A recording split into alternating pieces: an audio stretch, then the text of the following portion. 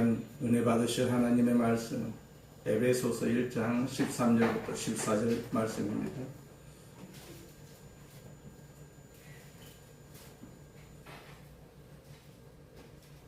에베소서 1장 13절부터 14절 말씀 같이 봉독합니다.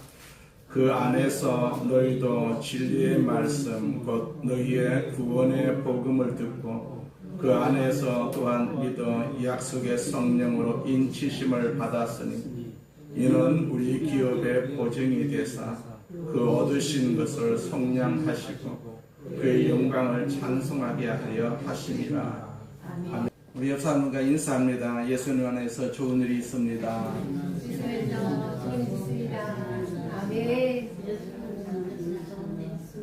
한 주간 동안 건강하게 하시고 또 같이 이렇게 만나게 해주시니까 정말로 감사하고 반갑습니다. 이 앞에 있는 구호 3번 외칩니다. 나는 하늘의 복 땅의 복을 받았습니다. 나는 하늘의 복 땅의 복을 받았습니다. 나는 하늘의 복 땅의 복을 받았습니다. 아멘.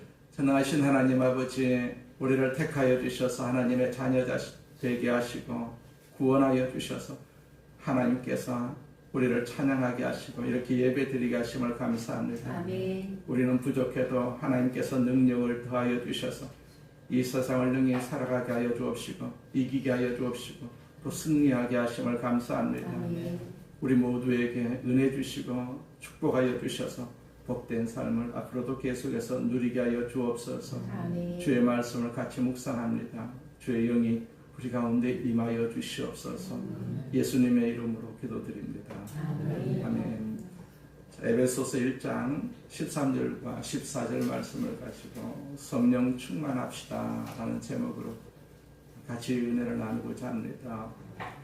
그러니까 인간이 구원을 받는다, 천국을 간다, 이 문제만큼 본질적인 문제는 아마 없을 것입니다.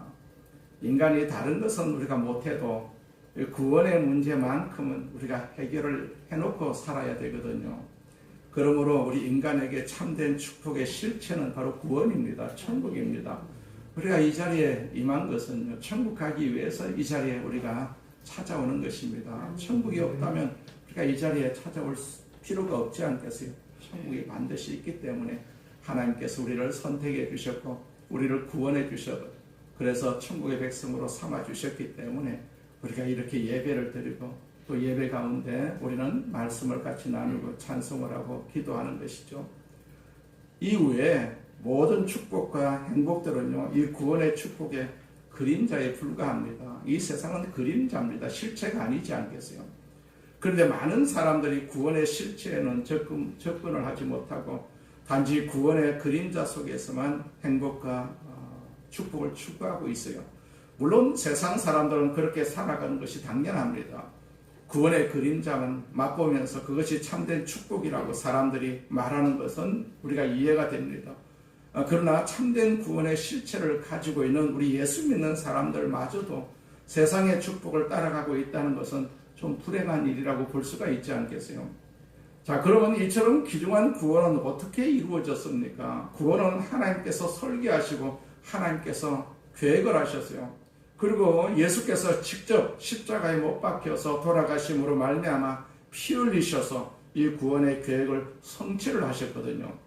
이제 마지막으로 남은 것은 무엇입니까? 그리스도께서 완성하신 그 구원의 성취가 과연 나와 어떤 상관이 있는가? 그 구원이 나에게 어떤 효력이 있는가? 그 구원이 실제로 나에게 어떻게 영향력을 미칠 수가 있는가? 이 문제이거든요. 이 해답을 오늘 본문에서는 성령의 인치심이다, 그렇게 표현을 하고 있습니다. 성령의 충만함을 말씀하고 있습니다.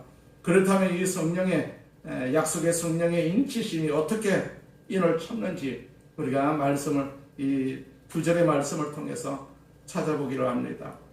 첫째로 약속의 성령의 인치심은요, 구원의 복음을 믿어서 시작이 되었다라고 말씀하고 있습니다.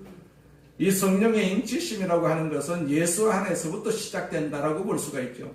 구원은 인간의 선행이나 무슨 의지나 그 노력에 의해서 이루어지는 것이 아닙니다. 그거는 하나님의 선물입니다. 구원은 하나님의 선물입니다. 구원이 하나님의 선물인 까닭에 우리 인간이 취하는 것이 아니라 하나님이 주시는 것이죠. 하나님이 주시는 것입니다. 예수 그리스도 안에서 하나님이 그냥 주시는 것입니다. 그러므로 그 성령의 인치심은 예수 그리스도 안에서 이루어질 수밖에 없는 것이죠. 그러니까 그리스도가 없는 곳에는 구원이 없지요. 구원이 없지요. 성경에서는 뭐라고 말씀하십니까? 주 예수를 믿어라. 그리하면 너와 내 집이 구원을 받으리라. 그런 말씀을 하셨어요. 구원받은 사람은 그의 인생 전체가 이제 예수를 위해서 살아가는 것을 경험하게 됩니다. 그 사람이 어떤 종류의 직업에 종사를 하든지 성직자이든지 아니면 평신도이든지 상관없이 성령의 인치심을 받은 사람은 누구든지 자신의 삶의 목표가 예수가 되고 마는 것입니다. 예수가 되고 마는 것. 그리고 그가 숨쉬고 활동하는 모든 영역이 예수에게로 집중되어 있습니다. 이것을 가리켜서 우리는 예수 안에서 성령의 인치심이라는 말로 표현하고 있습니다. 성령 세례라고 볼 수가 있는 것이죠. 그러므로 우리가 성령의 인치심을 받았는지 또 안 받았는지 확인하려고 한다면 과연 내 삶 전체가 예수께 목표가 맞추어져 있는지 물어보면 됩니다. 공부하는 것이 나의 목표인지 아니면 세상적으로 돈을 많이 벌고 사업에 성공하는 것이 나의 목적인지 목표인지 아니면 그리스도가 나의 목표인지를 물어보면 내가 성령의 인치심을 받았는지 받지 않았는지 쉽게 우리가 알 수가 있습니다. 그리고 성령의 인치심은요, 진리의 말씀 안에서 그 말씀 때문에 이루어졌다라고 말씀합니다. 진리의 말씀이라는 것은 다른 표현으로 빌리면 복음입니다. 복음. 구원은 이 진리의 말씀을 듣는 데서부터 시작이 되거든요. 말씀을 듣지 아니하면 믿음이 생기질 않습니다. 그래서 교회는 말씀을 선포하고 또 말씀을 가르치고 있지 않겠어요? 이 말씀에서부터 구원의 근거가 시작되기 때문입니다. 한 걸음 더 나아가서 이 진리의 말씀을 듣고 구원의 복음을 받아들이게 되면 그 다음은 말씀을 믿게 되는 것이죠. 자, 말씀을 듣고 난 다음에 단계는요, 말씀을 믿는 단계입니다. 말씀을 믿는 것. 아무리 들어도 믿지 않으면 소용이 없지 않겠어요? 그 13절 말씀을 다시 보면 그 안에서 너희도 진리의 말씀, 곧 너희의 구원의 복음을 듣고 그 안에서 또한 믿어 약속의 성령으로 인치심을 받았으니 그렇게 기록을 하고 있어요. 뭐라고 말씀하십니까? 듣고 또한 믿어라고 그렇게 말씀하고 있어요. 다시 말하면 구원은 즉 진리의 말씀을 듣는 일이 구원의 첫 단계입니다. 그 말씀이 믿어지는 단계가 그 다음 단계라는 뜻입니다. 하늘에 속한 신령한 축복은요, 진리의 말씀을 듣는 데서부터 시작이 됩니다. 그러므로 말씀을 듣지 못한 사람은 구원의 길에서 점점 멀어질 수밖에 없습니다. 마귀는 어떤 일을 합니까? 간단합니다. 말씀을 듣지 못하도록 자꾸 방해를 합니다. 말씀 안에서 은혜로운 분위기가 지속되지 못하도록 자꾸 방해를 합니다. 어떻게 해서든지 그 사람이 말씀을 듣지 못하도록 피곤하게 만든다든지 아니면 교회 오기 전에 서로 싸우게 만든다든지 고통스럽게 만든다든지 여러 가지 방법을 동원해서 말씀을 듣지 못하게 하는 것이 마귀의 일입니다. 마귀의 일. 마귀는 우리에게 다가올 때 결코 나쁜 방법으로 쓰지 않습니다. 합리적입니다. 아주 이성적인 방법으로 가장 그럴듯한 방법으로 우리의 신앙을 파괴해 옵니다. 처음에는 잘 모르지만 결과적으로 신앙에서 우리가 멀어질 수밖에 없는 것이죠. 동기는 아주 좋게 가장을 하지만 결과적으로 말씀을 듣지 않는 분위기로 계속해서 가게 합니다. 이것이 마귀가 하는 일이다라는 사실이죠. 진리의 말씀을 듣게 되면 마음의 문이 열릴 수밖에 없지 않겠어요? 그리고 구원의 말씀이 자연스럽게 믿어집니다. 그러므로 교회에서나 어디에서나 우리 예수 믿는 사람들이 함께 힘을 모아야 될 것은 말씀을 듣는 아름다운 분위기를 만드는 일입니다. 그러나 중요한 것은 듣는 데 있는 것이 아니라 믿는 데 있습니다. 믿는 데. 듣는 것은 믿는 것을 위한 전제 조건이지요. 아무리 좋은 말씀을 듣는다 할지라도 믿지 않고 행동하지 아니하면 그것은 모래 위에 세운 집과 같다라고 말씀하고 있어요. 오히려 그것은 저주라고 신명기에서 말씀하고 있거든요. 신명기서 28장 15절에 보면 너희가 주 너희 하나님께 순종하지 않고 내가 오늘 너희에게 주는 그분의 모든 명령과 규범을 성심껏 따르지 않으면 이 모든 저주가 너희 뒤를 쫓아와 너희를 따라 잡을 것이다. 그렇게 말씀하고 있어요. 그러므로 말씀을 듣고 믿으면 자연적으로 성령이 인치시는 그러한 경험을 할 수가 있는 것이죠. 이것이 축복의 시작입니다. 이것이 능력의 시작입니다. 그러면 약속의 성령이 인친다는 말은 어떤 의미가 있을까요? 인친다는 말은 특별히 요한계시록과 요한복음에서 많이 쓰고 있는 단어입니다. 인친다는 말은 쉽게 말하면 도장을 찍는다, 그런 뜻입니다. 도장을 찍는다, 인친다. 이 말은 기본적으로 세 가지 내용을 포함하고 있어요. 그 단어 안에, 인친다는 단어 안에. 첫째로 인친다는 말은 권위를 상징합니다. 권위. 자, 임금님의 도장은 권위가 있지 않겠어요? 우리가 계약서를 쓸 때나 서류에 결제를 할 때 반드시 거기에 도장을 찍거나 서명을 하게 됩니다. 그러면 거기에 권위가 있죠. 그 서류에 권위가 생깁니다. 도장을 찍지 않은 계약서나 서류는 의미가 없습니다. 책임자의 결제 서명이 없는 서류는 의미가 없어요. 그러므로 인친다는 말은 하나님의 권위를 상징하거든요. 내가 도장을 찍으면 나의 권위에 신뢰를 하게 됩니다. 대통령이나 왕이 도장을 찍으면 국가의 권위가 생기지 않겠어요? 그것은 개인의 문제가 아닙니다. 국가의 권위를 위임하는 것이죠. 성령이 인친다는 것은 하늘의 권위가 그 사람에게 임했다는 것이거든요. 임했다는 것이. 하느님의 권위를 그 사람에게 주셨다는 것을 의미합니다. 자, 그래서 도장을 찍는 사람은 자신이 진짜라는 것을 확인하는 것이죠. 우리가 인치심을 받아야 됩니다. 성령의 인치심을 받아야 된다. 예수님께서 십자가에 못 박혀서 죽으시고 승천하시고 난 뒤에 제자들에게 성령이 임하실 것이다라고 약속을 하셨어요. 그들이 진짜 성령을 받으니까 정말로 세상을 바꿀 수 있는 그런 도구로 쓰임 받는 것을 볼 수가 있죠. 자, 둘째로 인친다는 것은 소유물이라는 의미가 있습니다. 소유물. 말이나 우리가 소의 엉덩이에 불러 구운 인두로 도장을 찍는 일이 많이 있지 않겠어요? 양도 마찬가지지 않겠어요? 이 소는 내 것이다. 이 양은 내 것이다. 라는 확인이죠. 그러므로 도장을 찍는다고 하는 것은 자신의 소유라는 개념이 있습니다. 자, 우리의 재산에 그 서류에 도장을 찍지 않습니까? 이 재산은 내 것이다. 책에도 도장을 찍습니다. 도서관의 책들도 다 도장을 찍어서 자기 도서관에 그 소유를 표시합니다. 이 책은 우리 도서관의 것이다. 내 것이다. 이렇게 표시를 하죠. 소유물이 인친다는 것은 소유물을 의미합니다. 셋째로 인친다는 것은 안전보장을 의미합니다.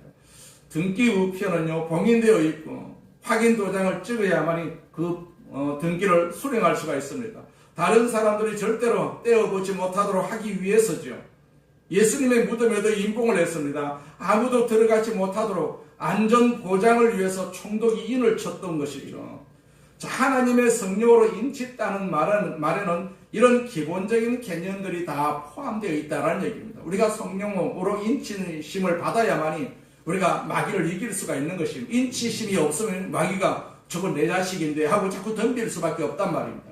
인친다는 것은 하나님의 백성이다라는 사실을 이렇게 확인하기 위해서 우리에게 인을 쳐주신다라는 사실입니다. 그렇기 때문에 우리가 예수 믿고 구원받았다고 한다면 반드시 성령으로 우리가 충만하고 성령으로 인치심을 받아야만이 우리가 비로소 하나님의 백성이 되는 것이고, 하나님께서 인을 쳐주셨기 때문에 저 집사님은 내 하나님의 백성이다라고 하나님께서 그렇게 여겨주시는 것이죠. 그렇기 때문에 성령의 인치심이 얼마나 중요하다라는 사실을 우리는 이 말씀을 통해서 기억해야 될 줄로 믿습니다. 자, 둘째로 그렇다면 약속의 성령을 인치셨다고 하는 것은 무엇을 의미할까요? 자, 성령의 권위를 의미합니다. 성령의 권위. 자, 약속의 성령으로 인치신 사람은 하늘의 권위가 그에게 임했다는 말이고, 약속의 성령으로 인치신 사람은 하나님의 안전이 그에게 보장되었다는 말이고, 약속의 성령으로 인치셨다는 말은 하나님의 소유라는 뜻이거든요.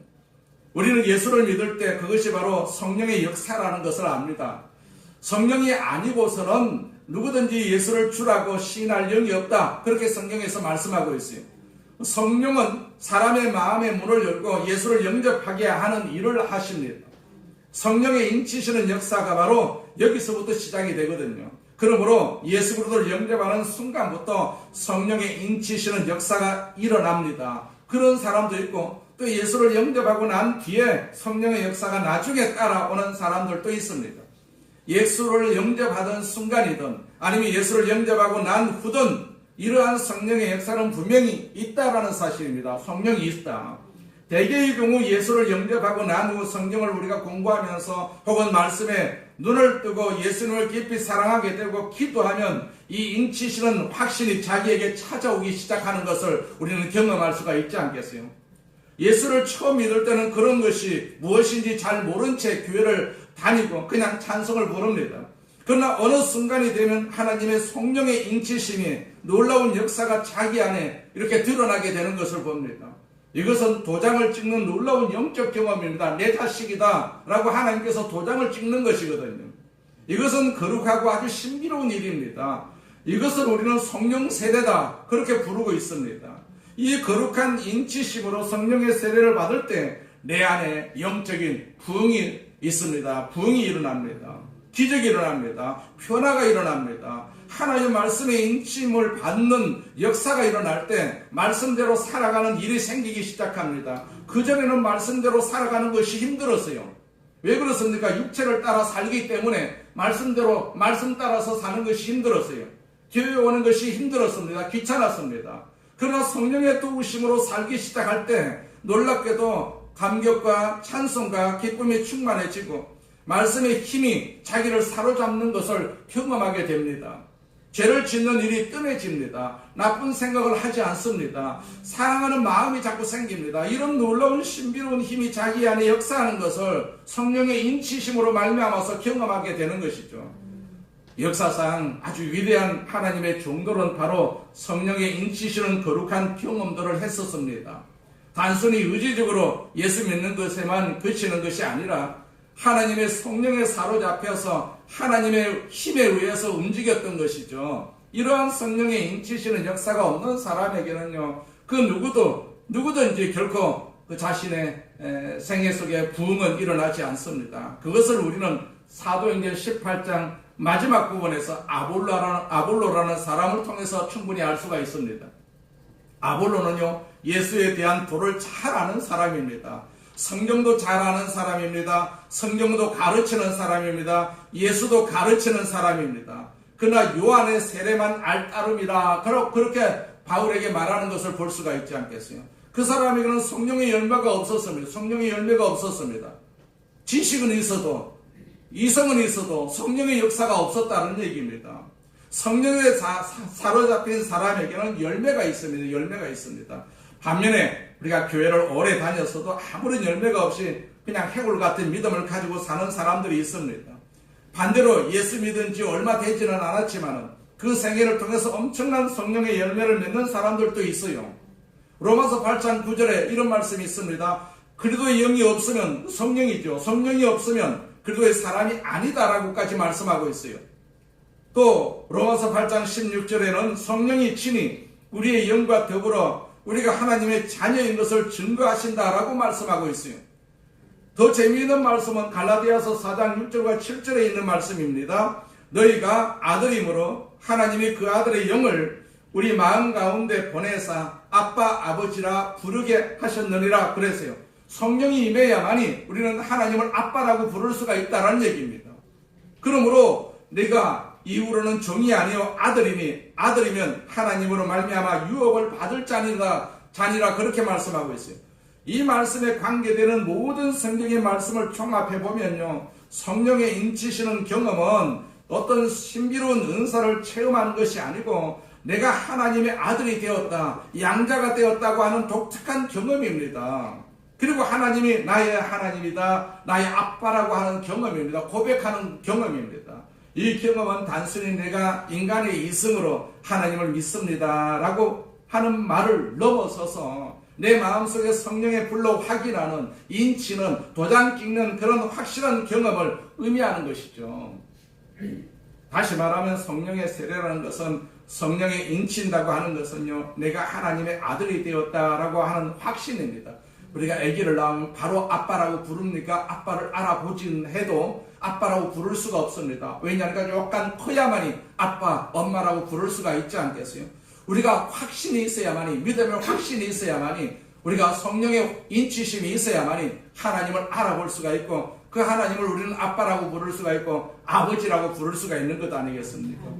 이것은요, 변하지 않은 엄청난 확신이고 축복입니다.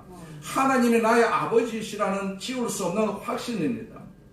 때로 어떤 사람은요, 삶의 장에서 실망하게 되면 하나님이 나를 버리지 않으셨나 하는 생각을 합니다.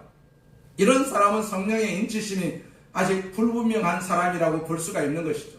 내가 하나님의 아들일까? 내가 죽으면 천국 갈까? 이런 질문들 앞에 흔들립니다.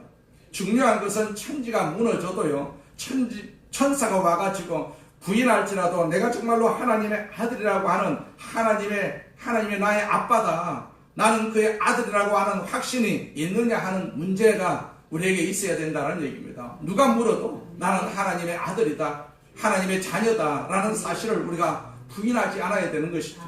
이 확신이 있으면 어떤 시험이 와도 흔들리지 않습니다.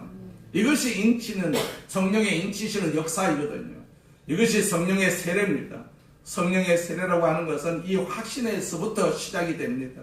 그것은 단순히 인간의 어떤 지성과 이성으로 되는 일이 아니거든요. 성령이 내 안에서 이렇게 말합니다. 바로 그 하나님이 네 하나님이다. 너는 하나님의 아들이다. 이 확신을 우리가 가질 필요가 있습니다. 이 확신이 얼마나 중요한지 아십니까? 아들이 되었다고 하는 확신은 엄청난 것입니다. 자녀들이요, 부모한테 왜 투정을 부립니까? 아들이기 때문에 투정을 부리는 것 아니겠어요? 아들이라고 하는 확신이 없으면 어떻게 부모에게 돈 달라고 투정을 부리겠습니까? 아들은 저 사람이 내 아버지라는 확신이 있기 때문에 그렇게까지 하는 것 아니겠습니까? 우리가 이렇게 말씀을 나누고 기도하고 서로 사랑하는 모든 것은 어디서부터 우리가 기인하고 있습니까? 아들이 되었다는 데서부터 시작이 되거든요. 이것이 영으로 치면요, 아무런 의미가 없습니다. 내가 하나님의 아들이라는 것을 확신해야 됩니다. 정말 나는 하나님의 아들이다. 천사가 와서 너는 하나님의 아들이 아니다 라고 말을 해도 하나님의 아들임을 믿을 만큼 성령의 인치심이 있어야 되거든요. 성령으로 충만해야 됩니다. 내 가까운 사람이 오늘 불의의 사고로 죽었다. 여러분의 재산이 하루아침에 불타버렸다. 그리고 직장도 잃었다. 그래도 우리가 하나님의 아들이라는 확신이 있어야 되지 않겠어요? 세상이 아무리 우리를 유혹을 한다 할지라도 고통이 있다 할지라도 우리는 하나님의 아들이라는 이 확신이 우리에게 항상 있어야 되는 거예요. 그것이 인치심입니다. 인치심.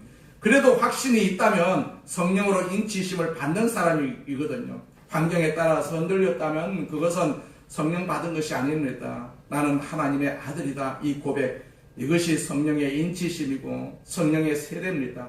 이것만 가지고 있으면요, 무슨 일을 당해도 두려움이 없습니다. 그렇기 때문에 성령님을 우리가 무시하면 안 됩니다. 성령님을 항상 인정하고 환영하고 모시면서 살아야 됩니다. 그분이 우리를 돕기 위해서 특별히 하나님께서 우리에게 보내주셨거든요. 우리는 도움이 필요한 시대에 우리가 살고 있지 않겠어요?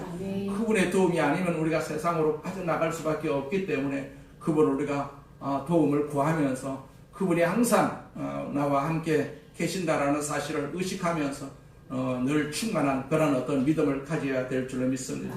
세 번째는요, 성령의 인치심으로 말미암아 내 죄가 용서받는 것을 경험합니다.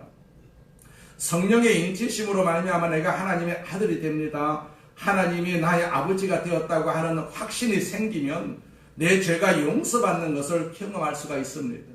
정말로 내 죄가 예수의 보혈의 피로 씻겼다고 하는 경험이 생기기 시작을 하거든요. 죄가 용서되어졌으면 참 좋겠다라는 느낌은 희망사항이 아닙니다. 죄가 나에게로부터 떠나는 것을 경험하게 됩니다. 성령이 충만하면 마귀가 나에게서 떠나는 것을 경험하게 됩니다. 그리고 죽으면 천국 간다는 확신이 나를 지배하고 있는 것입니다. 하늘의 모든 기쁨, 또 하늘의 모든 찬양, 하늘의 모든 평화가 내 마음을 지배하게 되는 것입니다. 그것이 성령의 인치심의 축복입니다. 우리가 기도원에서 3박 4일 동안 금식하면서 성령이 임하기를 간절히 기도하게 되면, 그 성령이 임하는 것을 우리가 경험하게 되면, 밖으로 나오게 되면 모든 것이 나를 위해서 축복하고 나를 위해서 찬양하는 것을 우리가 느낄 수가 있지 않겠습니까? 왜냐하면 나는 하나님의 아들이 된다니, 그때부터 하나님의 아들이다라는 사실을 알기 때문에 그러하거든요. 하나님이 나의 아버지이시기 때문에 그러한 것입니다. 감격해서 감사의 눈물이 터져 나오는 것을 우리는 봅니다. 하늘이 새롭게 열립니다. 날아갈 듯한 자유를 만끽합니다. 무거운 죄의 짐을 벗어버리고 새로운 관계로 들어가는 것을 경험합니다. 예수님이 내 마음속에서 활동하시는 것을 경험합니다. 눈만 감으면 이상하게도 마음속에서 항상 성경 말씀이 생각이 납니다. 불쌍한 사람들이 눈에 보입니다. 억제할 수 없는 이 사랑이 자꾸 속에서부터 솟아나는 것을 볼 수가 있습니다. 그 전에 우리 권사님 백오동에 사시는 분이 계셨는데 그분이 어느 날 성령의 경험을 했는지 목사님 저는 잠이 안 옵니다. 성경을 읽으면 얼마나 송이 꿀같이 단지 모르겠습니다. 그러면서 밤을 새가면서 성경을 읽는다고 그렇게 말씀을 하시더라고요. 그 성령의 역사가 임하는 증거가 그런 부분에서 나타나는 것을 볼 수가 있습니다. 여러분 죄를 짓지 않으려고 억지로 노력을 해보세요. 얼마나 힘든가. 화를 한번 참아보세요. 참 힘이 듭니다. 힘듭니다. 인간의 힘으로는 화를 참기가 어렵습니다. 성령의 도우심이 아니고서는요 화를 가라앉힐 수가 없어요. 참으면 참을수록 화가 더 날 수밖에 없지 않겠어요? 분한 생각이 더 날 수밖에 없지 않겠습니까? 성령의 인치심을 받아야 이런 것들이 조절이 되거든요. 자, 어떻게 성격이 조절됩니까? 성령을 인정을 해야 됩니다. 성령을 인정해야 됩니다. 그래서 성령의 인치심을 받아야만이 이것이 자연스럽게 조절이 되거든요. 성령이 있음도 모르겠다. 이건 안 됩니다. 성령이 반드시 있습니다. 내 곁에 와 계십니다. 그분이 나를 도와주시고 계신다라는 사실입니다. 이게 안 되면 자꾸 갈등이 생길 수밖에 없지 않겠어요? 자기 안에 자꾸 갈등을 느낍니다. 오라 나는 공고한 사람이로다. 이 사망의 몸에서 누가 나를 건져내랴. 이렇게 고백이 자꾸 나오는 것입니다. 자기 조절이 안 되기 때문에 그러한 것이죠. 성령의 인치심으로 그 결과의 포인트가 바로 아들 되는 경험입니다. 아들.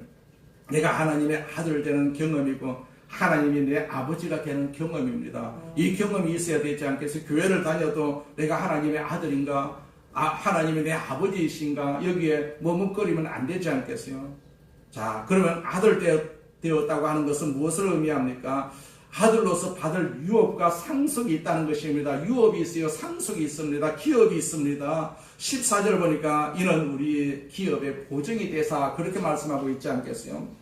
약속의 인치심의 결과 내가 하나님의 아들 되었다는 말은 하나님이 주시는 기업의 상속자가 되었다고 하는 것에 대한 보증이다라는 보증이다. 자, 하나님이 택하신 이스라엘 백성으로서가 아니라 이방인으로서 구속 곧 제사함을 받은 보증을 의미합니다. 보증. 그러니까 사도행전 1장 5절에 이런 말씀이 있습니다. 요한은 사람들에게 물로 세례를 주었지만 너희는 머지않아 성령으로 세례를 받을 것이다. 그런 말씀이 있습니다. 그리고 사도행전 1장 8절에 보면 성령께서 너희에게 오시면 그렇게 말씀하고 있죠. 너희는 능력을 받고 나에 관한 이야기를 전할 증인들이 될 것이다. 너희는 예루살렘과 온 유대와 사마리아와 이 세상 끝까지 나가서 나에 관한 이야기를 전해줄 것이다. 성령 받은 사람이 바로 성령의 인치심을 받은 사람이 이런 역할을 한다는 얘기죠. 자, 성령의 인치심의 역사가 얼마나 중요합니까? 부흥의 비결은 우리들이 성령의 인치심을 경험하는 데서부터 시작이 되는 것을 봅니다. 이것 없이는 불가능하다고 했어요.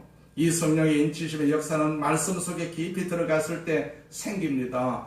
그리스도를 열심히 사랑하고 예수님을 추구할 때 이런 역사가 있다라고 했어요. 깊이 기도할 때 이런 역사가 일어난다고 했습니다. 성령이 움직일 때 부흥이 일어납니다. 성령이 움직일 때 죄를 짓지 않게 됩니다. 모든 죄와 단절하게 됩니다. 마귀의 세력을 꺾는 힘이 생기게 됩니다. 이것이 성령의 인치시는 역사이거든요. 우리가 사도행전 2장 1절부터 4절에서는 성령이 임하는 모습이 쭉 기록이 되어 있어요. 거기 보면 오순절이 되어 믿는 이들이 한 곳에 모두 모여 있었어요. 그들은 기도했습니다. 모여서 그냥 잡담하는 것이 아니라 기도했습니다. 그때 갑자기 하늘에서 세찬 바람 소리 같은 큰 소리가 들렸다고 했습니다. 그들이 앉아 있는 집이 온통 그 소리로 가득 찼습니다. 그들은 혀같이 생긴 불길을 보았다고 했습니다. 그 불길은 사방으로 퍼져나가가지고 그곳에 있는 각 사람 위에 내렸다라고 했어요. 그러자 어떻게 되었습니까? 그들은 모두 성령으로 가득 차서 성령께서 주신 능력에 따라 여러 다른 언어로 말하기 시작했다라고 기록하고 있습니다. 그러므로 우리가 지금 간절히 간구하고 기도할 제목이 하나 있다면 우리 모두가 다 말씀을 통해서 성령으로 충만하고 성령으로 인치심을 받고 성령의 놀라운 세례로 하나님의 아들됨을 확신을 갖는 것입니다. 이것이 강해지면 다른 것들이 다 시시해질 수밖에 없지 않겠어요? 문제가 되질 않습니다. 세상에 어떤 요동이 있다 할지라도 우리가 두려워할 필요가 없습니다. 내가 하나님의 자녀인데 세상의 자녀가 아니기 때문에 이 세상의 문제 앞에 우리는 요동하지 않을 수가 있다는 얘기입니다. 이 성령의 인치시는 역사 그리고 성령의 세례를 통한 기업의 보정이 어떤 것입니까? 그 하나가 바로 은사에 관한 문제입니다. 은사. 자, 성령 세례를 받은 것과 은사는 별개의 문제입니다. 많은 사람들이 이 두 가지로 혼돈하기 때문에 서로 갈등이 생깁니다. 은사 주시는 자의 마음입니다. 은사는 주시는 자의 마음이거든요. 선물입니다. 하나님이 주시고 싶을 때 주시는 것입니다. 선물은 주는 사람의 마음이거든요. 우리에게 필요하기 때문에 하나님이 은사를 선물로 주시는 것입니다. 그런데 이상하게도 우리 교인들 다수가 성령의 열매에는 관심이 없고 자꾸 은사에만 관심이 많습니다. 그 은사를 너무 주장을 하고 있거든요. 그리고 자기가 은사를 받으면 은사 못 받은 사람을 아주 무시하는 경향이 있습니다. 자기가 받은 은사만 이야기를 하고 있습니다. 그렇기 때문에 거기에는 불균형이 있고 갈등이 생길 수밖에 없습니다. 중요한 것은 성령의 열매입니다. 성령의 열매. 그 성령의 열매는 사랑과 희락과 화평과 오래 참음과 자비와 양성과 충성과 온유와 절제, 자, 이런 풍성한 열매들을 그 사람이 가지고 있으면 그 사람을 보면서 절대로 갈등을 느끼지 않지요. 그러나 은사만을 주장하면 그 사람을 갈등을 느낍니다. 그것이 옳으니 그러니 좋으니 나쁘니 자꾸 이렇게 말이 생길 수밖에 없지 않겠습니까? 우리 예수 믿는 사람들은 열매에 더 관심을 가져야 됩니다. 믿음으로 열매를 만들어야 되거든요. 믿음으로 열매를 만들어야 됩니다. 은사는 하나님이 주시는 것입니다. 그리고 이 성령 세례와 은사를 너무 밀접하게 생각하게 되면 자꾸 시험이 들 수밖에 없습니다. 물론 성령의 세례가 임할 때 은사도 따라오기 마련입니다. 그러나 그것은 필수적인 것이다, 그렇게 말할 수는 없습니다. 그러므로 은사를 다른 사람처럼 받지 않았다고 해서 너무 열등의식을 느낄 필요는 없어요.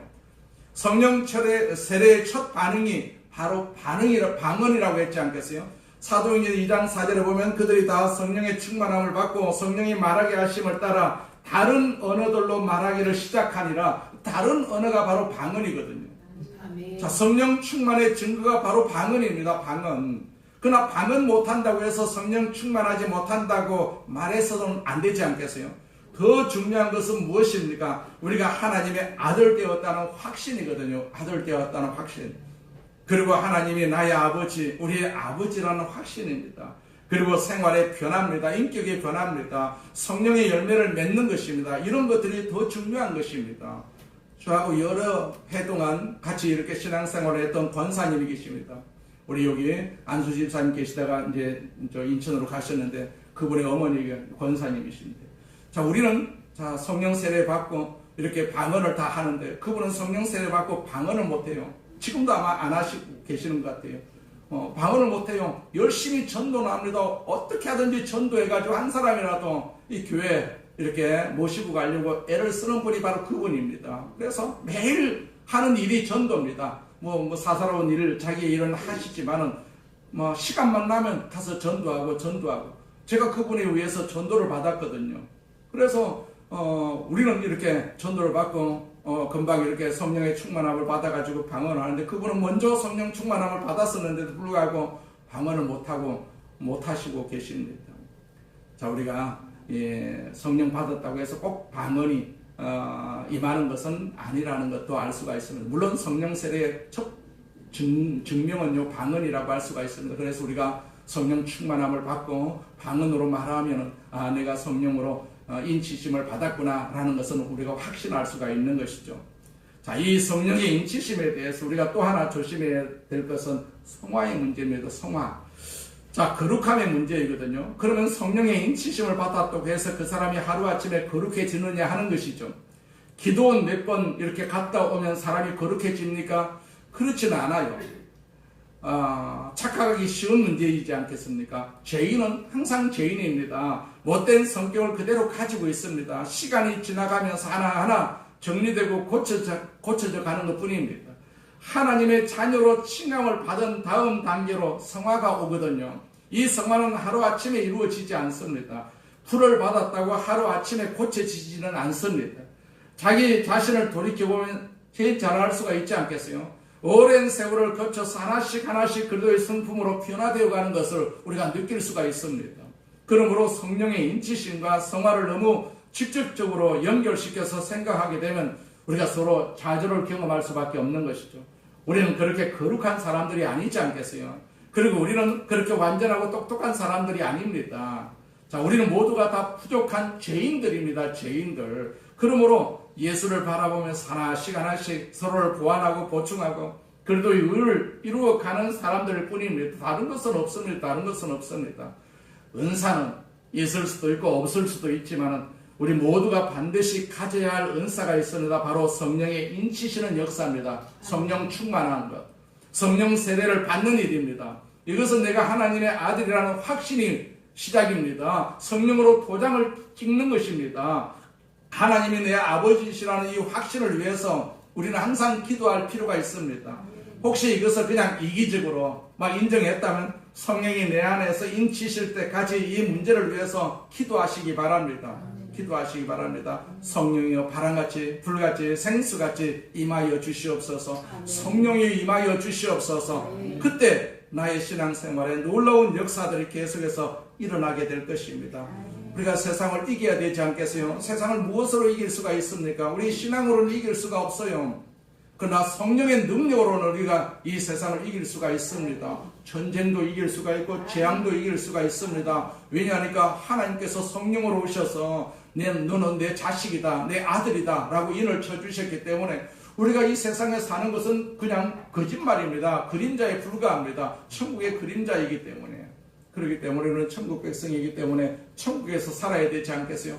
천국에 살아야 되는데 아직도 세상에 살고 있으니까 세상이 주는 여러 가지 어려움을 우리가 감당을 해야 되지 않겠어요? 감당을 하기 위해서는 내 힘으로 안 되니까 성령의 힘이 필요한 것이죠. 성령의 능력이 필요한 것입니다. 그렇기 때문에 반드시 우리에게 성령이 있어야 되고 성령을 우리가 충만하게 받아야 되고 성령의 능력으로 살아야 된다는 사실을 우리는 늘 기억하시기 바랍니다. 이 마지막 때를 살 때는 우리가 확실한 인치심을 받아야 되지 않겠어요? 유혹이 얼마나 심한지 모릅니다. 유혹이 심하게 되면 우리가 예수 믿어도 이 성령의 인치심을 받지 못한 사람들은 넘어간단 말입니다. 세상의 유혹에 그냥 쉽게 넘어갈 수가 있기 때문에 우리가 성령으로 충만하기를 간절히 기도해서 우리 모두가 다 성령 충만해서 하나님의 자녀임을 우리가 스스로 고백하고 만천하에 선포하는 귀한 도구가 되시기를 주의 이름으로 축원을 드립니다. 전능하신 하나님 아버지 감사합니다. 하나님께서 우리를 사랑하여 주시고 하나님께서 이렇게 축복하여 주셔서 성령의 인을 쳐주셔서 하나님의 자녀다운 삶을 살게 하여 주심을 감사합니다. 그래서 우리는 하나님 앞에 예배드리기 위해서 하나님 앞에 기도하기 위해서 하나님께 영광을 돌리기 위해서 이 자리에 왔습니다. 우리 아버지 하나님께서 우리 머리 위에 기름 부어주시고 또 성령으로 충만하게 하여 주시옵소서. 날마다 충만하게 하여 주셔서 세상을 이기게 하여 주옵시고 하나님을 영화롭게 하는 귀한 도구가 될 수 있도록 우리를 사용하여 주시옵소서. 예수님의 이름으로 기도드립니다. 아멘. 우리 말씀을 생각하시면서 주여 성령께서 나에게 임하여 주시옵소서. 충만하게 임하여 주시옵소서. 통성으로 기도하겠습니다. 전능하신 하나님 아버지 감사합니다. 하나님 감사합니다. 감사합니다. 우리 아버지 하나님 영광을 받으시옵소서. 영광을 받으시옵소서. 주의 영으로 충만하게 하여 주옵소서. 주의 영으로 충만하게 하여 주옵소서. 성령으로 오셔서 우리를 하나님의 자녀로 아버지 삼아주신 것 기억하게 하여 주옵시고 고백할 수 있도록 주여 우리 입술을 열어주시옵소서. 우리 마음의 문을 열어주시옵소서. 그래서 성령으로 가득 채워주시옵소서. 우리가 무엇이라 할지라도 하나님의 백성이라는 사실을 깨닫게 하여 주옵시고 하나님 앞에 고백하고 세상에 고백하는 마귀 앞에 고백하는 우리 성도들 될 수 있도록 주여 도와주시옵소서. 마귀는 따라갈지어다. 하나님의 백성들 앞에서 아버지 하나님의 자녀들 앞에서 마귀는 떠나갈지어다. 마귀는 이곳에서 떠나갈지어다. 우리 각 가정에서도 떠나갈지어다. 이 사회 속에서도 떠나갈지어다. 하나님 아버지 우리를 성령으로 충만하게 하여 주심을 감사합니다. 성령 충만하게 하심을 감사합니다. 성령으로 말하게 하심을 감사합니다. 하나님의 자녀입니다. 하나님의 자녀입니다. 하나님의 자녀입니다. 하나님의 자녀입니다. 하나님의 자녀 아버지 하나님 우리를 자녀 삼아 주심을 감사합니다. 마귀는 따라갈지어다. 마귀는 따라갈지어다. 마귀는 따라갈지어다. 우리를 유혹하는 악한 마귀는 따라갈지어다. 성령으로 충만할지어다. 성령으로 충만할지어다. 성령으로 충만하게 하여 주셔서 우리를 사용하여 주옵소서. 주옵소서. 하늘나라의 귀한 덕으로 사용하여 주옵소서. 주의 영광으로 사용되게 하여 주옵소서. 영광의 덕으로 사용하여 주시옵소서. 우리 다 하나님의 자녀입니다. 하나님의 자녀입니다. 하나님은 내 아버지이십니다. 그래서 주님 전에 왔습니다. 주님 앞에 기도하고 있습니다. 하나님의 영광을 받으시옵소서. 예수님의 이름으로 기도드립니다. 아멘. 아프시면 아픈 곳에 손 얹고 기도하겠습니다. 문제가 있으시면 가슴에 손 얹고 기도합니다. 주여 성령으로 오셔서 우리 가운데 함께 하심을 감사합니다.